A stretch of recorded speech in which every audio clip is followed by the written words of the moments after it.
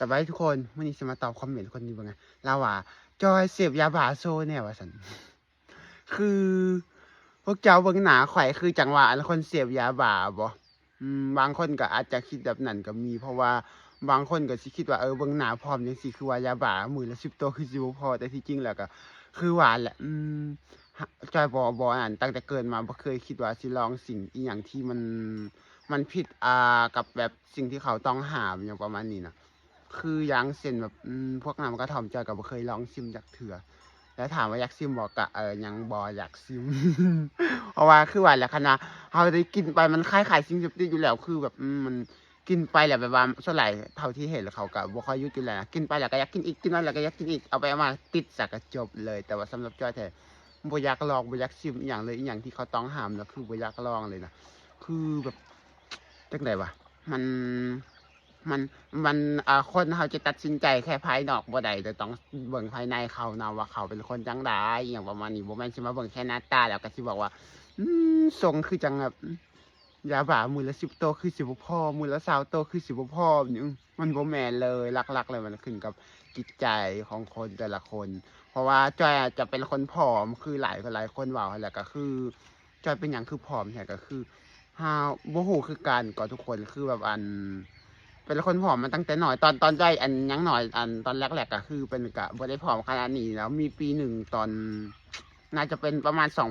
2016-17ประมาณบ่แม่น2012-2013นี่แหละตอนนั้นแล้วจอยป่วยหนักเลยแบบว่าจนแบบเกือบสิเอาชีวิตบ่รอดคือแล้วมันแม่ของจอยน่ะพาจอยไปฉีดยาแบบป้องกันแบบว่าไข้อิหยังนู่นนั่นจอยเป็นไข้อยู่แล้วน่ะจนแบบว่าย่างก็ย่างบ่ได้มันมีแต่เขามีแต่แม่จูงแขนหรือว่าเจ๊ไปแบบขึ้นหลังแล้วให้แม่เจ๊ไปซักยาเสาแรงจนประมาณเกือบ1 เดือนนะจนกว่าจอยจะหายแล้วเอาไปเอามาจนกว่าจอยหายมาแล้วจอยกับแบบตอนนั้นก็เลยแบบว่า มันขายทุกคนขายคือคำว่าติดยาแต่ก็คือแบบว่าขนาดเขาดีแล้วแต่เขายังอยากรู้สึกว่าอยากไปให้เขาซักยาให้ใหม่คือเก่าขายแบบ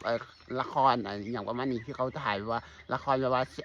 เขาซักยาบ้าให้แล้วก็วัดมือมาต้องอยากซักอย่างประมาณนี้ตอนนั้นจะเป็นประมาณนั้นเลยคือแบบว่าแทบเอาชีวิตบ่รอดยากกันอย่างบ่ได้เพราะว่าผอมแห้งแล้วก็ย่างกันอย่างอีหยังก็ค่อนข้างยากแล้วไปใส่ก็มีแต่แม่เอาไปนู่นไปนี่จนตั้งแต่นั้นมากลับมาแล้วจอยก็เป็นคนผอมมาโดยตลอดเลยที่แบบว่าถึงว่าสิกินอาหารหยังดีซำใดก็ตามคือจะบ่มีว่าสิอ้วนขึ้นแต่ว่าถามว่าจอยอยากอ้วนบ่อันนี้ก็ตอนนี้ก็บ่สำคัญดอกสำหรับจอยคือว่าอ้วนบ่หรือว่าผอมบ่ขึ้นกับว่าวันเฮาเฮ็ดแนวใดแล้วมีความสุขก็เฮ็ดไปเลยคือบ่เกี่ยวว่าอ้วนแล้วมันสิดีผอมแล้วมันบ่ดีจังซั่นจังซี่อันนี้สำหรับจอยแท้ก็คือแนวว่าแหละทุกคนมันก็เป็นเรื่องธรรมดาแล้วแต่ผู้ใดสิแต่สำหรับจอยอยู่แบบนี้ก็มีความสุขแล้วถามว่าจอยแบบนี้ผอมแบบนี้เฮ็ดเวียกบ่เป็นบ่หรือว่าบ่มีสุขภาพแบบอ่อนเพลียบ่แต่ว่าส่วนหลายคือบ่รู้สึกว่าอ่อนเพลียนู่นนี่นั่นเลยเฮ็ดเวียกเฮาก็เฮ็ดได้ปกติต่างให้ไว้เฮ็ดเท่าที่เฮาไหวเฮาบ่ไหวก็คือบ่ฝืนในสิให้เบิ่งวิวนำวิวก็สิประมาณนี้ที่เอาเฮ็ดไว้บ่งั้นใบไม้ตกมาใส่หลายคนก็ถามจอยคือบ่เฮ็ด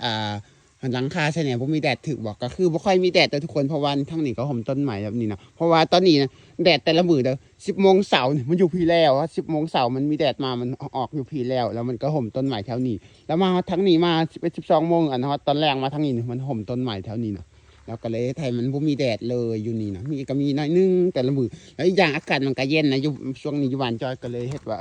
เฮาบ่ต้องเฮ็ดหลังคาก็ได้เพราะว่า